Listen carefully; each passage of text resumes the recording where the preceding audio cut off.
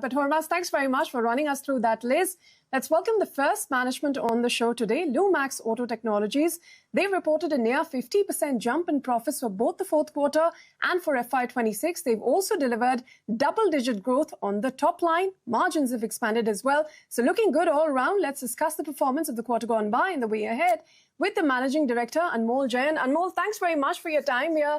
You know, your revenue for the full year FY26 growing by 28% or so. It is significantly ahead of the industry.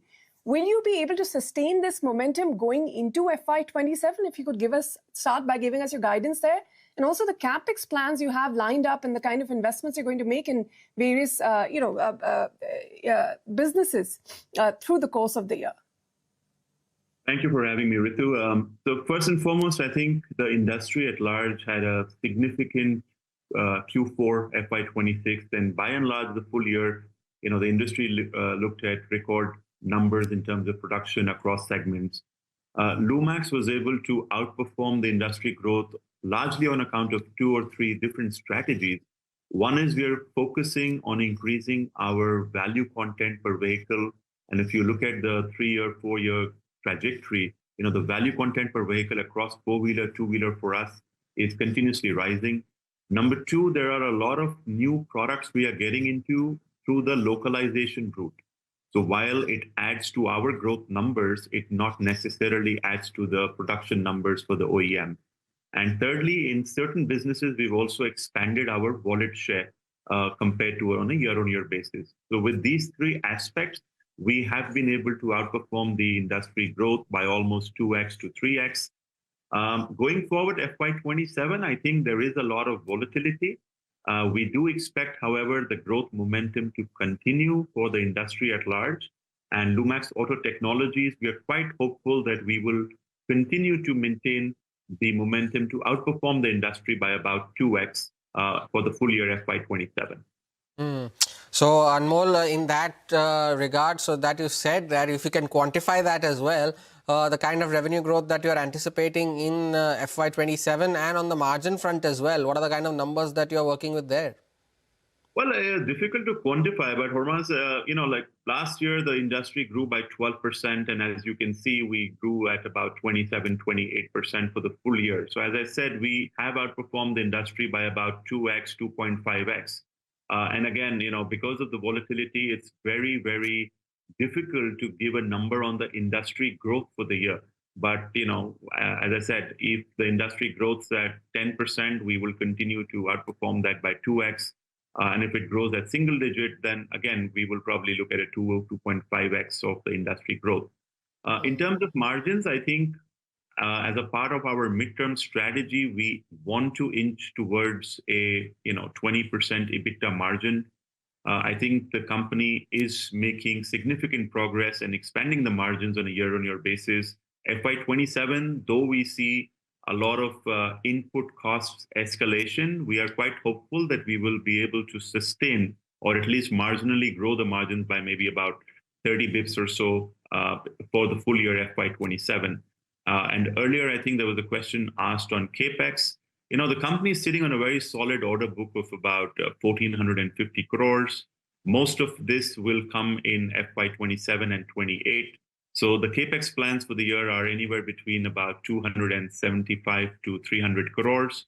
Again, in line with delivering the order book for the next 24 months. So you mentioned order book, Anmol. How much of that order book is linked to electronics, telematics, and your connected vehicle solutions, part 1? And 2, since the focus is on premiumization as well, how much of that is leading to an increase in your content per vehicle? About half of the order book, Hormaz, is on our advanced plastics, which largely focuses on interior systems. And that is where the premiumization kicks in, and hence it helps us in increasing the value content per vehicle going forward. Regarding the telematics, or as we call it, the mechatronics part of the business, that is the second largest pie for the order book at about 25 to 30%. Mechatronics is one vertical which has seen an accelerated growth despite on a smaller base. But again, as a part of our next 3 to 5 year strategy, mechatronics will outperform the growth of the other businesses. And we are getting into a lot more technologically advanced products. These are sensors, these are hardcore electronic parts with a very high enabled technology. And that's exactly which will enable us to move up the margins as well. A lot of our growth is coming from product lines which typically yield a better profit margin than the consolidated level. And that's the part of the strategy, how we want to play over the next few years. Since you spoke about premiumization, Anmol, how much increase, if you could quantify, are you seeing per content in, across key OEMs, if you could give us a number? And secondly, also in terms of your order book, now how much of that is EV linked and how large a part of business do you think that could grow out to be? So, Ritu, on the content per vehicle, I think the company used to operate at about anywhere between 25 to 30,000 rupees on a passenger vehicle, which significantly has over the years gone up, and now we're close to about 60,000 rupees a vehicle. A large part of this, of course, comes from the interiors, which is still probably more than half of it. But again, there are a lot of the other businesses which, are consistently adding the value content per vehicle. As I mentioned earlier, localization is an integral part of our alternate fuel systems or even the mechatronics division, how we want to, continuously push up the value content per vehicle. In terms of the order book, I think EV in general is a smaller part. We do have, significant orders from passenger cars as well as two-wheelers for EV. But again, from the overall pie, it would not be more than about 10% or so for the total order book. And what about the contribution from green fuel? If you could quickly detail that as well. I think the green fuel is, again, something which we really bet big on because of the whole CNG penetration. And I was recently reading, one of the largest OEMs has had a significant ramp up by almost 40% on their CNG uptake.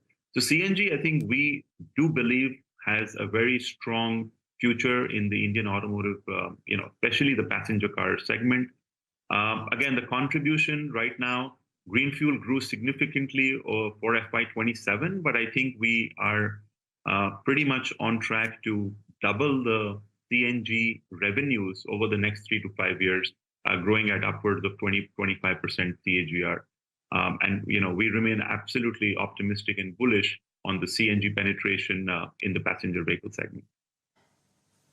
All right, that's quite the bullish commentary, Anmol. Thanks very much for your time here today on CNBC TV18. We appreciate it. And on that note, we're going to slip into a short break.